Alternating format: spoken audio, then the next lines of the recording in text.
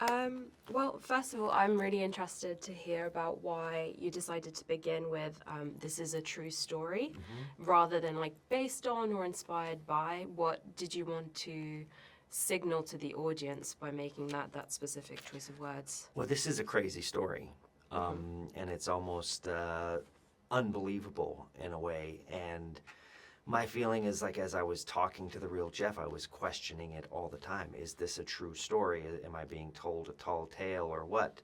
And then when I started to talk to everyone in his life and to the police, I realized that it was. And but truth is interesting because everyone can have a different perspective on what they think the truth is. And I realized I wasn't making a documentary and I wasn't making a journalistic piece. I was making something that had a cinematic truth to it that would tell more of the themes of these characters and in a cinematic way. And so I kept it at that. There was a time when that was where it was a bit of a different title. It said, "This is a true story told by a liar." And that got a lot of laughs. But it also led the audience in the wrong direction because everything you saw from Jeff then you were immediately questioning. And so when he's in the McDonald's robbing it and giving people jackets, you're wondering, oh, where's he lying here? And I actually don't think he was lying at all there. I think he was, and so it set you as an audience out of sync. And it's funny what happens when you put things in words versus when you put things in words and moving images. So I just took half of it out. Just let it be just the basic. This is a true story. Yeah. And I suppose you interviewed other people in his life, so it wouldn't be entirely fair to say as told by a liar, would it? Yes, exactly. And part of the whole perspective on the film, like in terms of,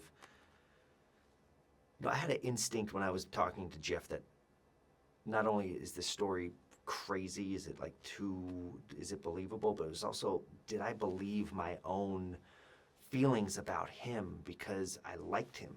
He was optimistic. I felt like my heart was going out to him in a way. And I was like, can I trust that truth? And when I talked to like Lee or Pastor Ron, they both told me that he was the greatest adventure of their life, and that Lee said she didn't regret a thing. And I was like, and that she, saw him with such grace and empathy. I was like, okay, I can also trust that version of what my instincts were when I was talking, and I could take, they validated those feelings that I was hoping I would have anyway. Why do you think it was really important to you that it be quote unquote true? Because if you say that you had an emotional reaction to him, did it really matter if everything was like fact checked? No, I don't think so. But you did anyway. I feel like, as Jeff told me, he said, Derek, this is my story, but it's your movie. I want you to tell your version of the movie. And so there's truths in there that I know are true about Jeff, like in terms of his desires and his wants and his needs as I see them. And through my lens of cinematic truth, that's what I could do. One of the most startling images is when he's running across the Toys R Us store, and I feel like such an important presence in the film is this sense of nostalgia for like 90s suburbia and like strip malls and this very sort of specific time in American culture. How do you think that the external world in your film kind of reflects his own internal world? I think Jeff felt like a piece of a puzzle that couldn't fit anywhere, but he so desired to fit in. He told me stories about like he would ride his bike by parks when he was like living in the Toys R Us, and he would hear families having barbecues and picnics, and he said, I just wanted so badly to be a part of that family. And he was like, and I realized I needed to get a barbecue too. And so there was like was confusing what he was always providing with the act of being a father. You know, he was trying to be a father, but seeing it in a way of being a provider and the things he could give to people. I talked to him a lot about it. He was like, if you look at the natural world, birds, he was like, the more amazing a bird can make his nest, the more attractive he'll be to females. And so he was this person who was really enamored and sold on this idea of consumer, like what you get from stores. And you know, and to live for his choice to like live in a toy store, I think it says a lot about his character. I mean, he's an Army vet. He in the Army, they used to drop him off in the woods, you know, of South Korea, and like map out areas. He can live off of grubs and rainwater. But he chose to live in a toy store because there's also this kind of sense of like wish fulfillment that he had.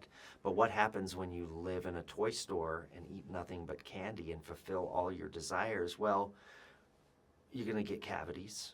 The Tickle Me Elmo dolls, which are like funny, are gonna start laughing at you. You know, you're gonna lose it. So he was eventually imprisoned by all of that consumerism as well.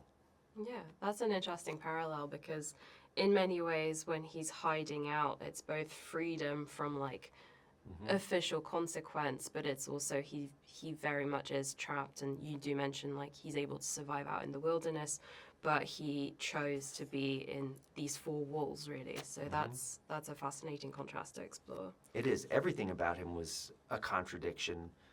Putting people in freezers and giving them jackets. Being at the airport with a ticket to your freedom, and being at the off-ramp and turning around because you don't want to ghost your girlfriend. You can't just leave her. He had to say goodbye to her in person. Speaks to me of a guy who he would have been a better criminal had he had a colder heart, had he not been such a human. So in fact, it was his humanity, his desire for human connection, that made him a worse criminal. If he would have been cold-hearted and just gone to the airport, we would never know his story. And if we did, I certainly wouldn't be interested in telling it. There's no interest in a guy living on a beach somewhere. Like, it was his return to his heart and to what he actually wanted, which was family, and he kind of got that. Didn't last forever, but he got it for a little bit. And I think in movies, and this is part of like the whole truth thing. We're always told that there's heroes in life and villains, and that there's never and forever, happily ever after type things. And I feel like in my life I've never met a hero and I've never met a villain, but I've met a lot of people who are both, who do heroic things and bad things. And I remember visiting Jeff the one time I visited him. I've talked to him hundreds of hours on the phone, but when I visited him, I was riding up on an elevator with a mother and father who were going there to visit their son. And their son must have done some really bad things and made some big mistakes, because he was in prison for 25 years. Not as long as Jeff. But I remember talking to them and feeling the tragedy and the love and how much he was still their son. And I realized, just the kind of what my perspective would be on this film.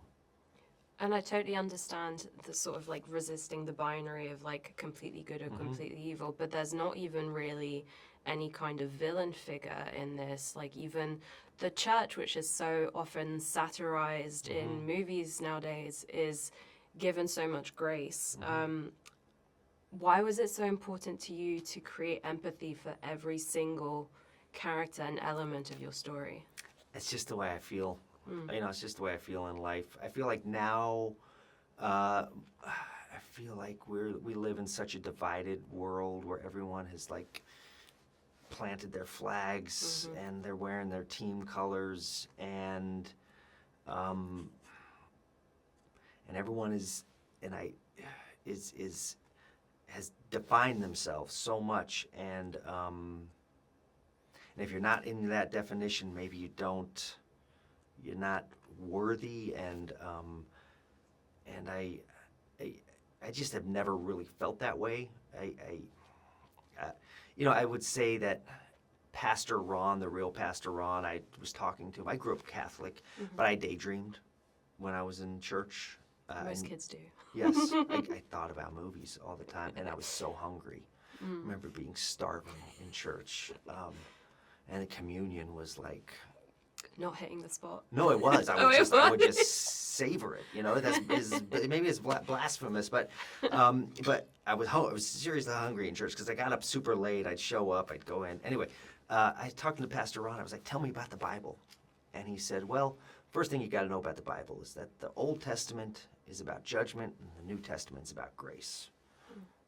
God's judgment, Jesus' grace." And I was like, "Okay." And I started to think that society had judged Jeff pretty harshly, sentenced him to 45 years. The judge who sentenced him is actually in our movie. She plays the prosecutor. I understand why she doled out the judgment. Actually, Jeff was offered a 7-year plea deal. He said, 7 years, my kids will be teenagers by the time I get out of here. I didn't hurt anyone.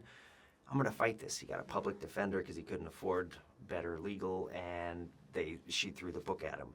And she did that because she said he put teenagers in those freezers, and I wanted those teenagers to know that I wanted them to feel justice, and I understand that, and that's good. But I thought that the movie maybe could see him with a little bit more of the grace that Pastor Ron saw him with, and really use Ron's grace and Lee's grace to kind of see him. And so that church that Ron created, that was actually the actual church where it happened, that we shot in. And, he used to do that. He used to play like pop music. He'd play like Can't Buy Me Love, and then give a sermon about capitalism and greed. And so it was diverse, and it was old and young. And I don't know, one of my favorite quotes from Capra is like, a rich person is just a poor person with money. And it was like rich and poor in that church, and it was a utopian society, this little place, and that world that Jeff walked into with all of his stolen toys embraced this stranger from the street. And when it was all over, when they found out that he was lying to them, they still embraced him. And I just thought that maybe in our time, that maybe this is, that maybe that's like the boldest statement I could make of a character. Absolutely.